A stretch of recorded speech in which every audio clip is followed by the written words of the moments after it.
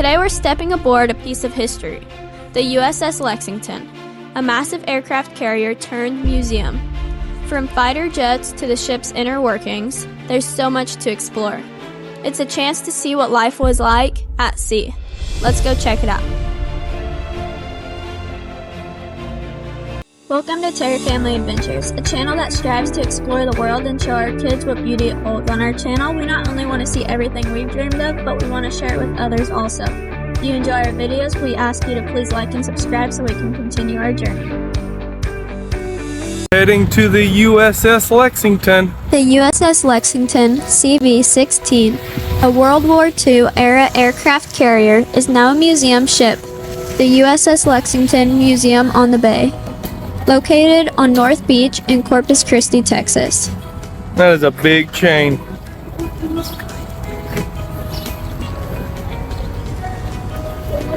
You can visit the USS Lexington from 9 a.m. to 5 p.m. In summer months, 9 a.m. to 6 p.m.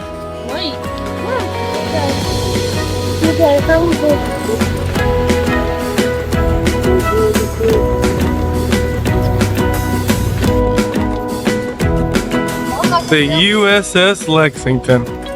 Admissions to the USS Lexington Museum on the Bay is $20.95 for adults 18 and up. Seniors 60 and up is $17.95. Military is $15.95. Youth 13 to 17 is $17.95. Children 4 to 12 is $14.95. Children 3 and under are free, with $5 for parking. This ship was in a lot of battles or actions.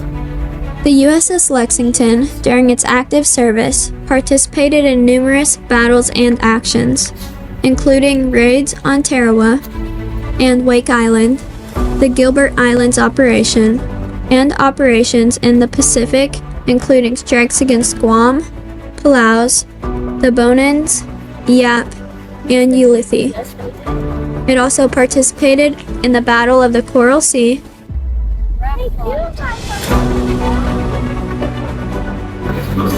men, all wearing fireproof outer garments, operated two guns seen here. That included the mount captain, the pointer, and the trainer, all working in sitting position. Each man was attended by a projectile man, a powder man, a hot case man, and a gun captain. These four men performed their duties in a crowded, standing position in line near their gun loading tray. The entire gun mount endured an uncomfortable and dangerous environment. In addition to hearing machinery and gun noises, the ship pitched and rolled, the mount rapidly rotating left and right, and the guns quickly changing elevation. The air was thick with the acrid odor of burnt black gunpowder and oily mist from the hydraulically powered machinery, which made the gun deck slippery. Grave injuries resulted if anyone slipped or fell on or under one of the guns. Should either the projectile man, powder man, or hot case man suffer a mishap, the entire mount crew was at risk of an explosive fiery death. Even so, they were highly disciplined and trained warriors who could load and fire the guns every 3 to 4 seconds, 15 to 20 rounds per minute during battle action lasting several minutes. Imagine, if you will, you're a 17 or 18-year-old sailor reporting for duty on board Lexington. Your assignment, the 5-inch gun mount. Sounds exciting, then all hell breaks loose.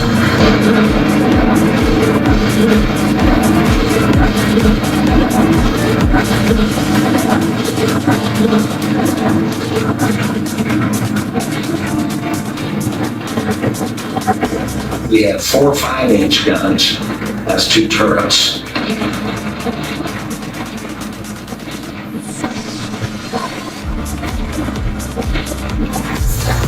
Lexington, specifically, it supported the armies landing at Hollandia, flew against Guam, Palaus, the Bonans, Yap, and Ulithi, and was hit by a kamikaze attack, but returned to action swiftly.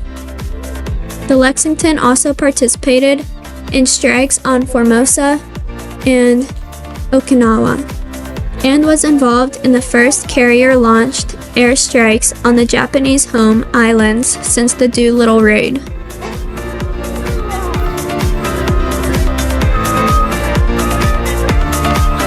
The USS Lexington Museum offers a variety of attractions and experiences related to naval history. Visitors can explore the aircraft carrier's flight deck, hangar, and various other areas, including crew quarters, officers' quarters, and the Pearl Harbor exhibit.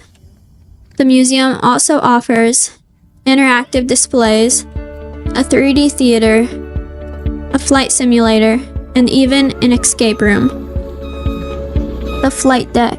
High-speed catapult launches, arrested landings, air operations, and aircraft refueling all took place on this 910-foot long and 142-foot wide airport. The original flight deck was a long rectangle, but jet aircraft demanded a separate landing and takeoff area, so in the 50s she underwent major modifications, which allowed her to serve another 36 years. Points of interest on deck are takeoff and landing control stations and arresting gear, anti-aircraft gun mounts, and vintage aircrafts. They're 69 miles away. Visitors are encouraged to plan for 2 to 3 hours to make the most of their self-guided tour and experience all the various areas of the ship, including the living quarters.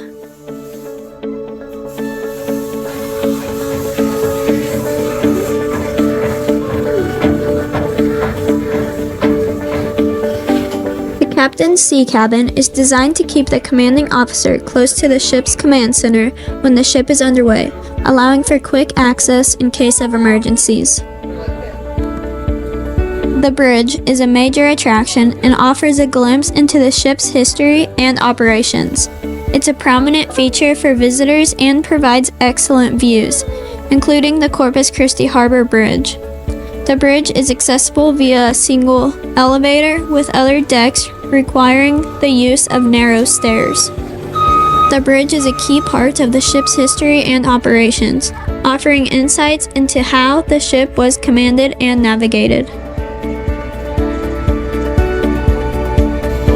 Forecastle, a forward upper deck area that extends to the bow. The forecastle tour begins at the starboard side of the hangar deck towards the bow, the front of the ship. The forecastle is the area of the ship where the equipment to raise and lower the anchors is located. Anchoring was a complex maneuver performed by bosun mates who operated and maintained the equipment. The anchoring process was precisely coordinated between the bridge and the forecastle. In addition to this equipment, the forecastle area is now used for various exhibits. The forecastle tour on the USS Lexington features the ship's anchor, machinery, and the multimedia Pearl Harbor exhibit. The forecastle is located on the upper deck. The exhibit includes a film about the attack on Pearl Harbor, graphics, and the sound system with transducers. The exhibit also features a display about the making of the 2001 film Pearl Harbor, which was filmed on the USS Lexington. The room with bunk beds and lockers is called a berthing compartment. These compartments were used to house the ship's crew and participants in overnight adventures or educational programs. Lexington CV-2 was sunk at the Battle of the Coral Sea, and the decks you now stand upon were named in her honor.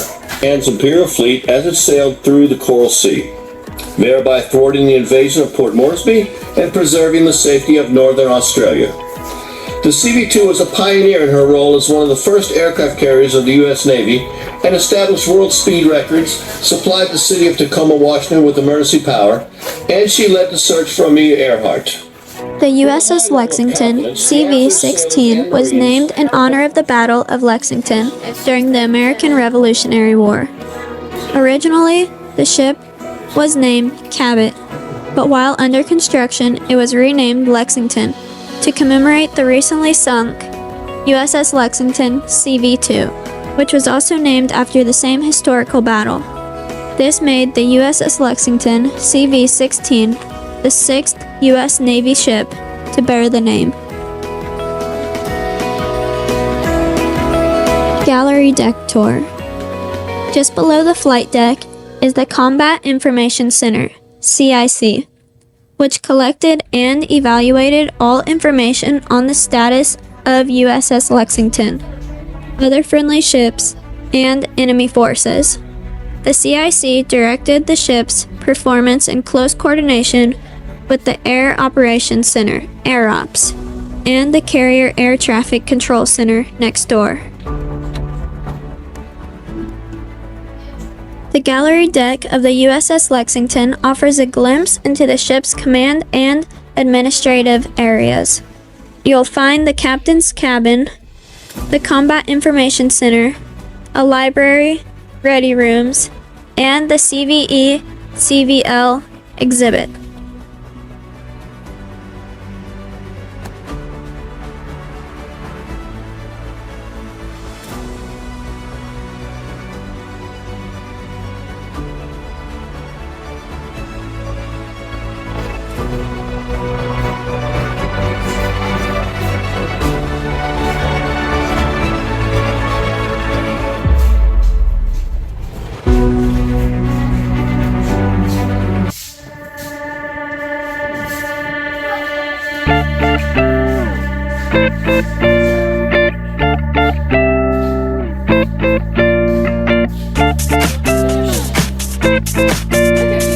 To spend much time down here when the ship's underway, I'm required to be on the bridge or spend time in my at-sea cabin located just behind the bridge. My responsibilities don't go away whether I'm eating or sleeping, so as such, I may be required to get on the bridge on a moment's notice. And from my at-sea cabin, I can be in the captain's chair in less than 2 minutes. You can see my at-sea cabin if you take crew route 1 to the flight deck and then proceed to the navigation bridge. Dinner. As you can see from the place setting, we're getting ready to eat. I would ask.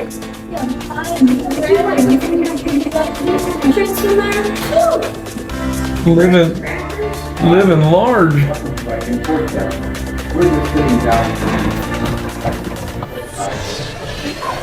Alright, we have to have a meeting. Sure, what in the world are we doing? Torpedoes! Fire that torpedoes! Cannons! Fire! What are we doing, Captain? Captain, what are we doing? Fire that torpedoes!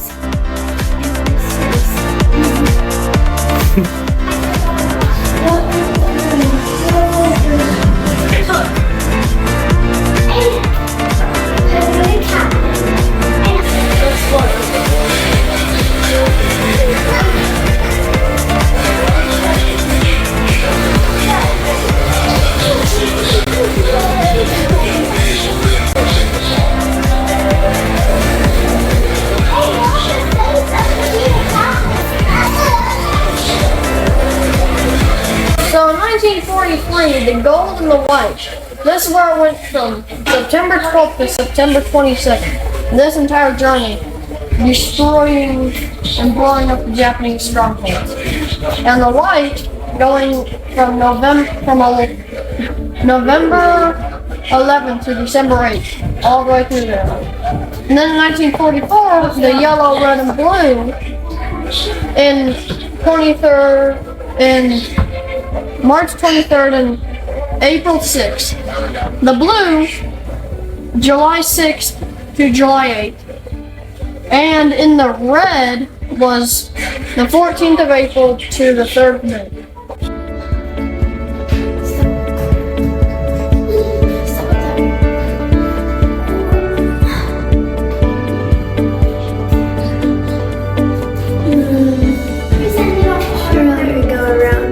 To the VB-19 Ready Room exhibit.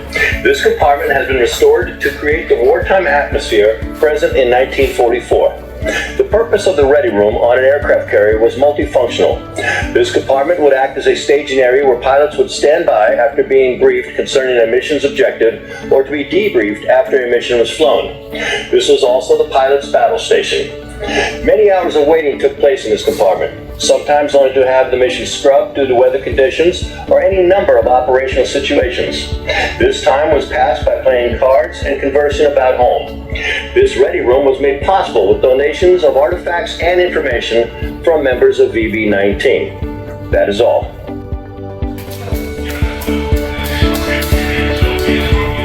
Yes, sir. We have multiple enemy aircraft inbound. Bearing 175 degrees, range 15,000 yards. Recommend general quarters. Aye, aye, sir. Sound general quarters. General quarters, all hands man your battle station. Hey, do we have a power failure? Excuse me, sailor. I don't believe there's anything wrong with the lighting. I may have caused that malfunction. And welcome to the Combat Information Center, also known as CSC. This is the tactical center of a warship, providing processed information for command and control of the near battle space or area of operations as it is known. This is where all the radar and weapons control systems are operated and where all warfighting and tactical decisions are made. The CIC works very closely with the ship's bridge, and regardless of the vessel, each CIC organizes and processes information into a form more convenient and usable by the commander in authority. The CIC funnels communications and data received over a multiple channels.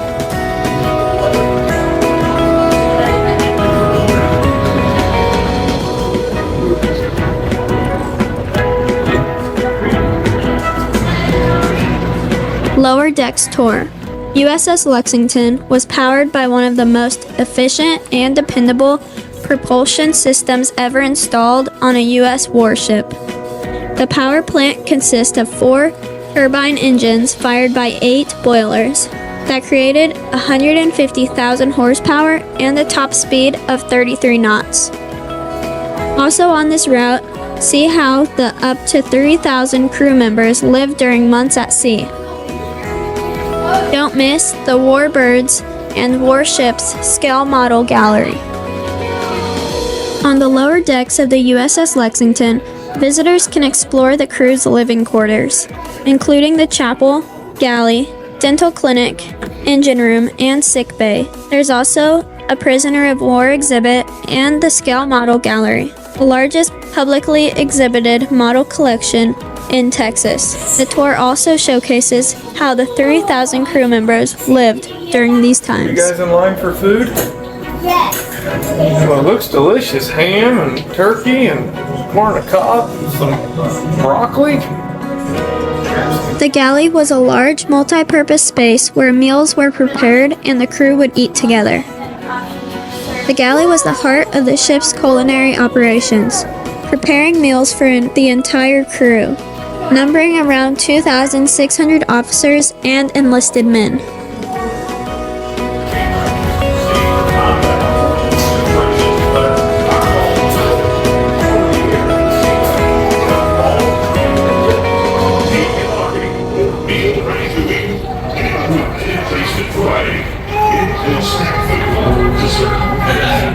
Performed over 12,000 dental procedures a year with up to 35 patients a day. That's a lot of teeth. The USS Lexington did indeed have a dental clinic. The clinic is one of many self-sufficiency aspects of the ship, including a barber, surgery room, a post office, and multiple cafeterias. Visitors can explore these features, including the dental clinic, as part of the self-guided tours on the ship.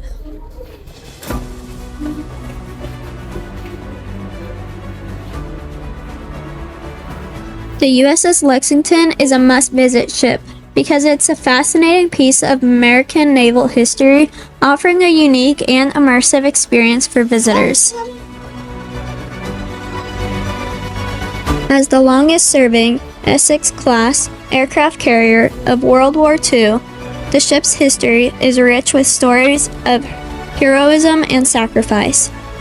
Visitors can explore the ship's extensive exhibits, including aircraft, virtual battle stations, and a mega theater, providing a comprehensive look at the ship's role in naval aviation and defense.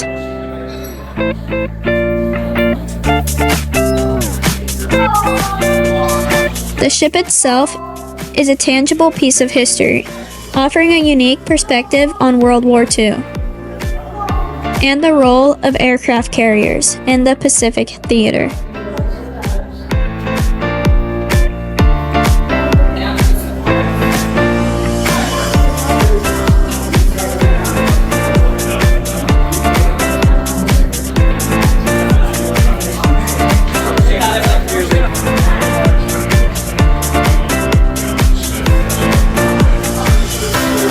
The USS Lexington offers interactive exhibits that allow visitors to explore the engine room and learn about its machinery in a hands-on way. Visitors can see and touch reconditioned equipment from the ship's engine room.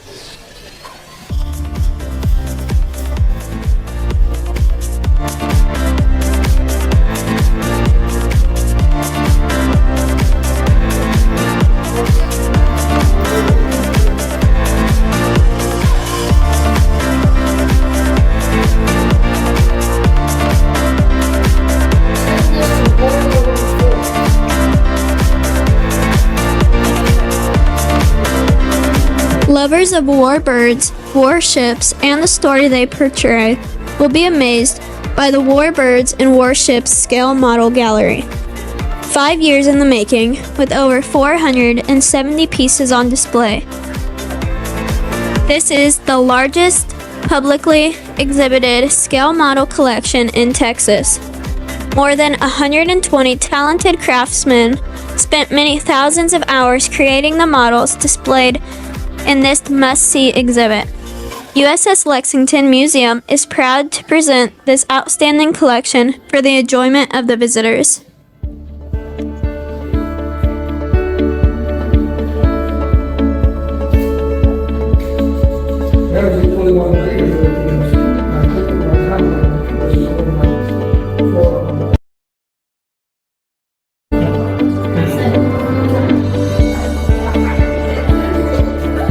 The sick bay, a term also known as sick berth, was a designated area for the ship's hospital. It served as a place where sick or injured crew members could receive medical care and rest. Isolated from the rest of the ship's crew, the sick bay on the USS Lexington included areas for examination, treatment, and recovery, often with beds and privacy where necessary.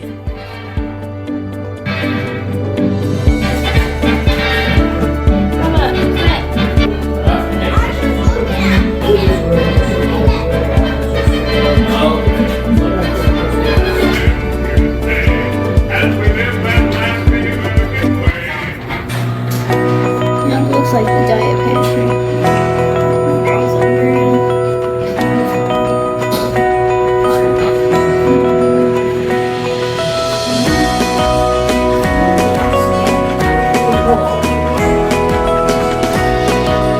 Aren't you working on his diet plans?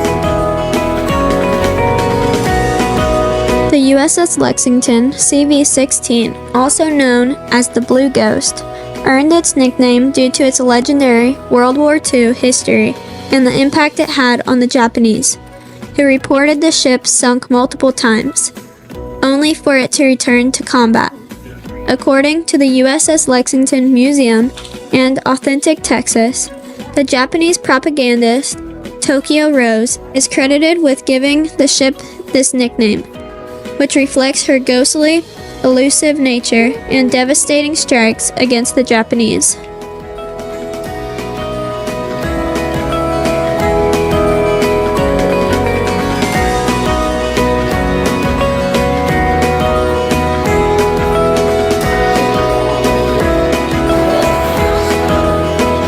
Hangar deck tour. During war times, this deck stored as many as 60 aircraft.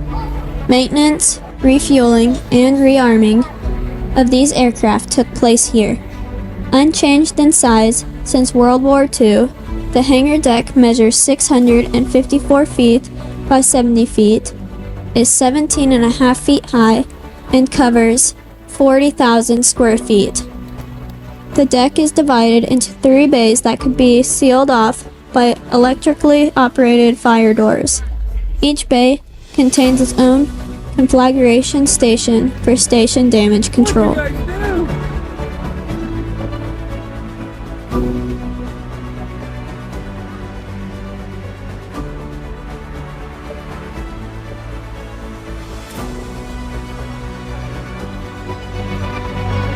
The hangar deck of the USS Lexington aircraft carrier contains several exhibits and attractions, including a mega theater, a mess deck, cafe, and access to the flight deck.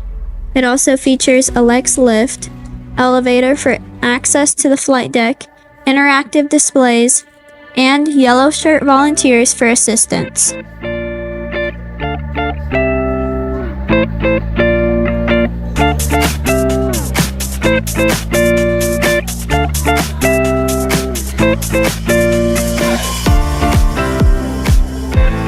If you are in the Corpus Christi area, this is a must-visit place, offering learning with fun, hands-on experiences, food, a 3D mega theater, for a real feel experience of aircraft war, the option for special tours such as ghost, paranormal investigation, hard hat, and flight operation tours, and so much more.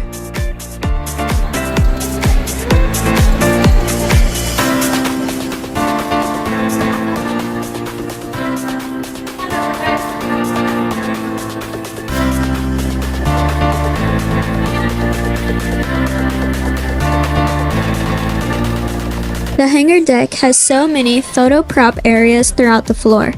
And don't forget to get a souvenir at the store on your way out. We highly recommend visiting and learning about this incredible aircraft carrier. It has so much hands-on learning activities throughout the tours, and it's a great way to learn about its history.